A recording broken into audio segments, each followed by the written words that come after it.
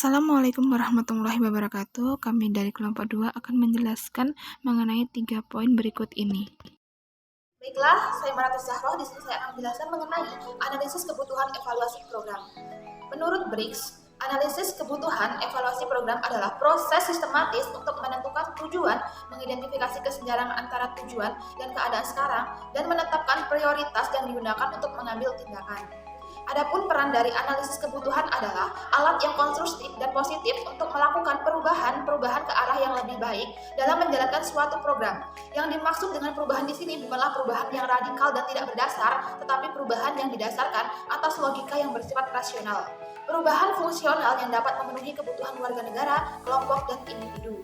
Terdapat dua cara yang lazim dilakukan dalam melakukan analisis kebutuhan, yaitu secara subjektif dan objektif. Kedua cara tersebut dimulai dari identifikasi lingkup tujuan penting dalam program, menentukan indikator dan cara pengukuran tujuan-tujuan, menyusun kriteria atau standar untuk tiap-tiap indikator dan membandingkan kondisi yang diperoleh dengan kriteria.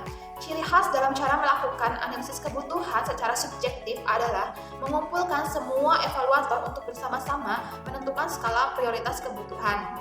Selain dua cara tersebut, evaluator dapat juga menggunakan gabungan dari keduanya, yaitu sebagian menggunakan cara objektif dan sebagian yang lain menggunakan cara subjektif. Di samping itu, seorang evaluator dapat juga menambahkan bahan lain yang diambil dari pihak luar dirinya. Yang dimaksud dengan pihak luar diantaranya adalah kawan-kawan dekat atau anggota keluarga lain dari responden yang diperkirakan pihak tersebut memang diperlukan dan data yang diberikan dapat dipercaya. Adapun langkah-langkah yang perlu dilakukan dalam merencanakan suatu evaluasi yaitu 1. Menentukan tujuan evaluasi dan merumuskan masalah. Yang kedua, menentukan jenis data. Yang ketiga, menentukan sampel evaluasi. Yang keempat, menentukan modal evaluasi sesuai dengan tujuan evaluasi. Yang kelima, menentukan alat evaluasi. Yang keenam, merencanakan personal evaluasi. Yang ketujuh, merencanakan anggaran. Dan yang terakhir, merencanakan jadwal kegiatan. Perkenalkan, nama saya Fiska Anggraini. B. Menyusun proposal evaluasi program. Evaluasi program pada dasarnya adalah penelitian tetapi memiliki ciri khusus. Menurut Kornbeck 1982 dan Patton 1982 yang dikutip oleh Suharsibi mengemukakan beberapa prinsip umum yang ada pada evaluasi program, yaitu sebagai berikut. Yang pertama, evaluasi program adalah suatu seni. Yang kedua, evaluator program tidak memiliki wewenang dalam memutuskan hasil program, tetapi sekedar memberikan bantuan data atau informasi kepada pengambil keputusan. Yang ketiga, tidak seorang pun di antara evaluator program berhak memberikan pertimbangan kepada pengambil keputusan. Yang keempat, jika wilayah dari program yang dievaluasi luas, evaluator secara individual tidak berhak beranggapan bahwa dirinya memiliki hak atas bagian, tetapi seluruh tim memiliki hak yang sama atas semua bagian. Yang kelima, rancangan evaluasi program bukan sesuatu yang sifatnya kaku dan statis, melainkan merupakan sesuatu yang berproses, yaitu fleksibel, dapat dimodifikasi dan diperbaiki selama dalam proses kegiatan.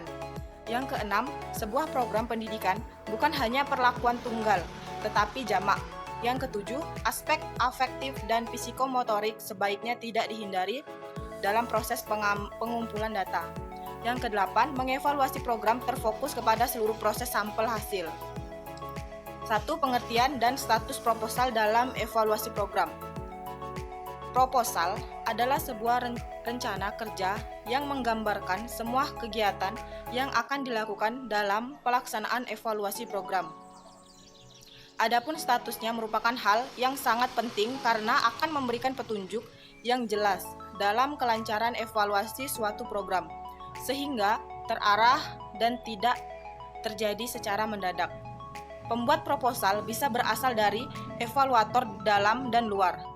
Ada 3 kemungkinan evaluator ditinjau dari sudut program yang akan dievaluasi, yaitu evaluator dalam, evaluator luar, dan gabungan dari keduanya.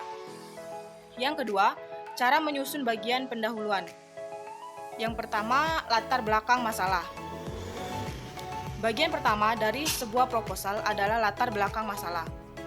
Yang dimaksud dengan latar belakang masalah yaitu hal-hal yang mendasari lahirnya kegiatan. B. Identifikasi masalah dan pembatasan masalah. serta pertanyaan dari evaluasi. Setelah tujuan evaluasi dirumuskan, evaluator kemudian mengoperasionalkan tujuan evaluasi tersebut ke dalam bentuk pertanyaan evaluasi. C. Tujuan umum dan tujuan khusus. Dalam melakukan evaluasi, Taylor Powell 1996 dalam Ari Kuntos 2014 mengidentifikasi beberapa dimensi umum yang biasanya digali dalam tujuan evaluasi suatu program, yaitu sebagai berikut. Yang pertama, dampak atau pengaruh program. Yang kedua, implementasi program. Yang ketiga, konteks program. Yang keempat, kebutuhan program. D. Manfaat hasil evaluasi. Pengertian manfaat tidak lepas, bahkan tidak berbeda dengan faedah dan keuntungan. Subbagian manfaat ini sudah dituliskan pada waktu evaluator menyusun proposal. Dalam hal ini, evaluator sudah berharap bahwa apa yang akan dilakukan mengandung manfaat untuk pihak yang disebutkan. E. Cara menuliskan bagian metode evaluasi program. Yang pertama, menentukan responden atau subjek sumber data. Yang kedua, metode pengumpulan data. Yang ketiga, penentuan alat atau instrumen. Dan yang keempat, analisis data. C. Menyusun alat-alat instrumen evaluasi program. Instrumen merupakan hal yang sangat penting karena semakin tinggi kualitas instrumen, maka semakin tinggi pula hasil evaluasinya. Instrumen penilaian hasil belajar atau instrumen evaluasi merupakan alat yang digunakan untuk mengumpulkan atau mengelola informasi mengenai pencapaian hasil belajar para peserta didik. Jenis-jenis instrumen evaluasi yaitu berupa tes subjektif dan objektif melalui kuis pertanyaan lisan maupun tertulis, dan non-tes, wawancara, observasi, dan lainnya. 1. Metode tes. Tes objektif pada umumnya disebut juga sebagai alat evaluasi guna mengungkapkan atau menghafal kembali dan mengenal materi yang telah diberikan. Tes ini dikatakan objektif karena para siswa tidak dituntut merangkai jawaban atas dasar informasi yang dimilikinya, seperti pada tes esai. Tes subjektif adalah salah satu bentuk yang tertulis. Susunannya terdiri atas item-item pertanyaan yang masing-masing mengandung permasalahan dan menuntut jawaban siswa melalui uraian-uraian kata yang merefleksikan kemampuan berpikir siswa. B. Metode non-tes.